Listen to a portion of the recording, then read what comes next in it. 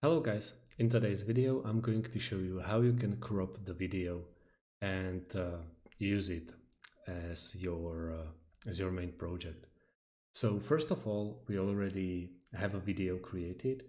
It's from the template that we used before. We add music into it, but let's say it's too long.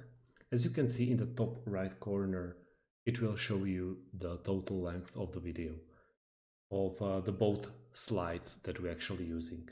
If you want to make it a little bit shorter, we just press on the video or click on the video and go upwards where those two scissors are.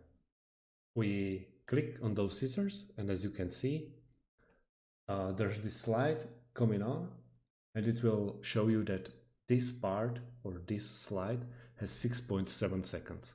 If you want to make it shorter, we just pause the video and we just adjust it as we want to.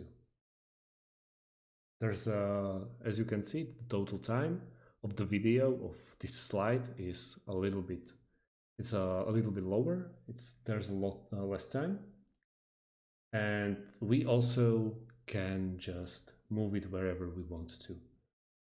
We just stretch it a bit or make it longer, make it shorter. It's completely up to you. And that's it, how you crop the video in Canva. Thanks for watching and see you on the next video.